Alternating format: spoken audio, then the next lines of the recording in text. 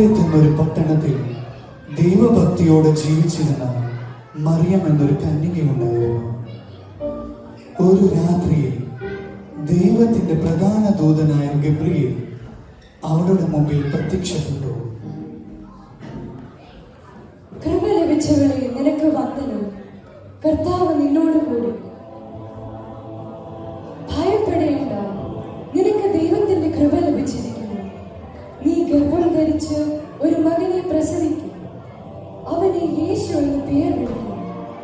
അവൻ വലിയവനാകും, അത്യുന്നതന്റെ പുത്രൻ എന്ന് വിളിക്കപ്പെടും.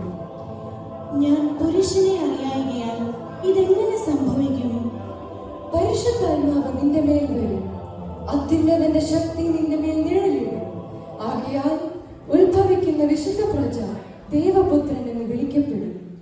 ഇതാ, ഞാൻ കർത്താവിന്റെ ദാസി, നിന്റെ വാക്കുപോലെ എനിക്ക് ഭവിക്കട്ടെ.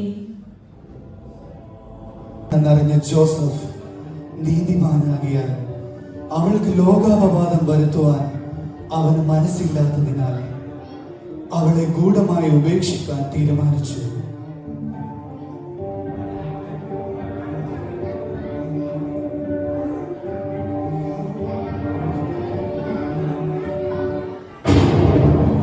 ദാവീദിന്റെ മകനായ ജോസഫെ, മറിയയെ ഭാര്യയായി ചേർത്തുകൊള്ളുവാൻ ശങ്കിക്കേണ്ട. അവൾ ഗർഭം ധരിച്ചിരിക്കുന്നത് പരിശുദ്ധാത്മാവിനാണ്. അവൾ ഒരു പുത്രനെ പ്രസവിക്കും. നീ അവന് യേശു എന്ന് പേർ വിടുന്നു. ജോസഫ് ഉറക്കമുണർന്നു. കർത്താവിന്റെ ദൂതൻ കൽപ്പിച്ചതുപോലെ അവൻ ചെയ്തു. അഗസ്തോസ് കൈസർ രാജാവ് ലോകമെമ്പാടും പേർവഴി ചാർത്തണമെന്ന് ഒരു കൽപ്പന പുറപ്പെടുവിച്ചു. അതിനായി എല്ലാവരും അവരവരുടെ പട്ടണത്തിലേക്ക് യാത്രയായി. ജോസഫും ഗർഭിണിയായ മറിയയെ കൂട്ടി നസറേത്തിൽ നിന്ന് ബേത്ലഹേമിലേക്ക് പുറപ്പെട്ടു.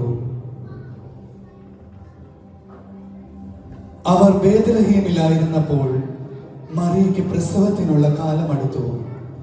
അവർ താമസിക്കുവാനുള്ള ഒരു ഇടം തേടി പല വാതിലുകളും മുട്ടി.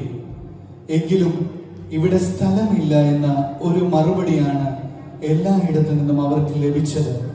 അങ്ങനെ അവർ മറ്റൊരു സത്രത്തിന്റെ വാതിലിലേക്ക് നടന്നു.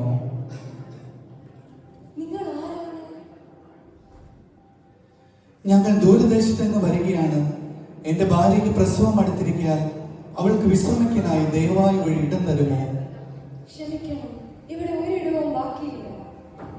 ഓ, എന്നാൽ പിന്നിൽ ഒരു കാര്യത്തിഴക്കുണ്ട്. നിങ്ങൾക്ക് മനസ്സാകുന്നുവെങ്കിൽ ഈ രാത്രിയിൽ അവിടെ വിശ്രമിക്കാവുന്നതാണ്.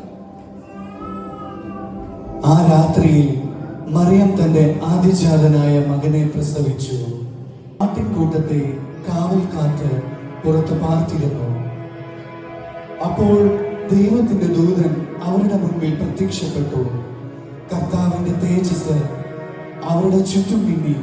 അവർ ഭയപ്പെട്ടു.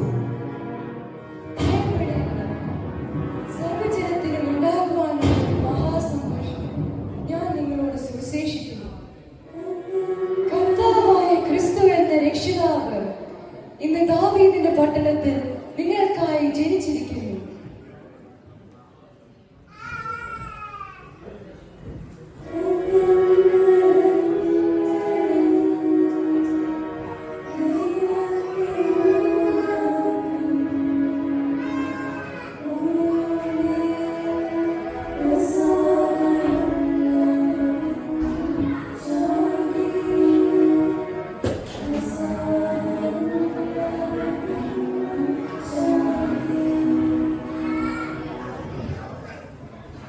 വരുകയും നമുക്ക് ബേത്ലഹേമിലേക്ക് പോകാം. ദൈവത്തിന്റെ ദൂതൻ നമ്മളെ അറിയിച്ച കാര്യം കണ്ടറിയാം. അതെ, നമുക്ക് വേഗം പോകാം. ആട്ടിടയന്മാരെല്ലാവരും സന്തോഷത്തോടെ ദൂതൻ പറഞ്ഞതിന്റെ പ്രകാരം ശിശുവിനെ കണ്ടെത്തുവാനായി ബേത്ലഹേമിലേക്ക് പുറപ്പെട്ടു. മറിയയും ജോസഫിനെയും പുൽക്കൂട്ടിൽ കിടക്കുന്ന ശിശുവിനെയും അവർ കണ്ടു.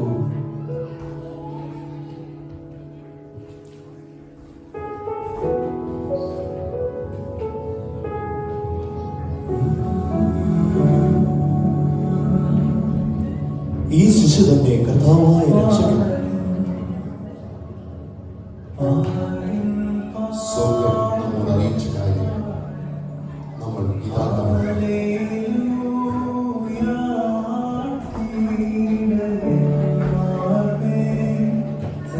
അങ്ങനെ ഇടയന്മാർ കണ്ടതിനും കേട്ടതിനും ദൈവത്തിന് സ്തുതിയും മഹത്വവും നൽകിക്കൊണ്ട് ശിശുവിനെ വണങ്ങി. യേശു ബേത്ലഹേമിൽ ജനിച്ചതിന് ശേഷം കിഴക്ക് ഒരു നക്ഷത്രം കണ്ടിട്ട് 3 വിദ്വാൻമാർ യഹൂദന്മാരുടെ രാജാവായി ജനിച്ചവനെ കണ്ടു വണങ്ങുവാൻ യെരൂശലേമിലെത്തി.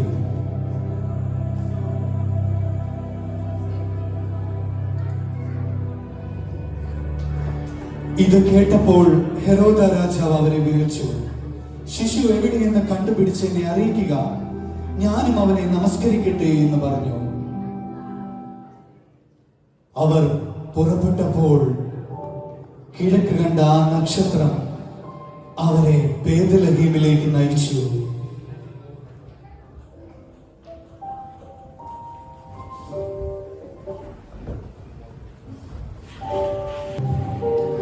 ശിശു ഇരിക്കുന്ന സ്ഥലത്തിന് മീതെ ആ നക്ഷത്രം നിൽക്കുന്നത് കണ്ട വിദ്വാൻമാർ സന്തോഷിതരായി.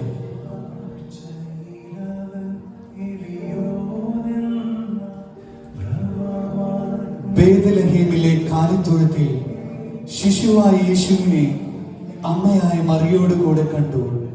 വിദ്വാൻമാർ അവനെ നമസ്കരിച്ചു.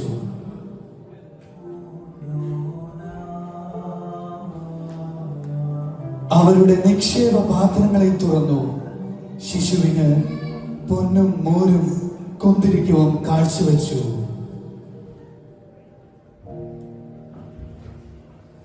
ബേത്ലഹേമിൽ എളിയ ഒരു പുൽത്തൊഴുത്തിൽ ദൈവത്തിന്റെ പുത്രൻ ലോകത്തിന്റെ രക്ഷയ്ക്ക് വേണ്ടി മനുഷ്യനായി അവതരിച്ചു. അവൻ ലോകത്തിന് വെളിച്ചമായി സമാധാനവും പ്രത്യാശയും കൊണ്ടുവന്നു. ഈ സന്തോഷം എല്ലാവരിലും നിറഞ്ഞു നിൽക്കുവാനായിട്ട് ദൈവം അനുഗ്രഹിക്കട്ടെ എന്ന് പ്രാർത്ഥിക്കുന്നു.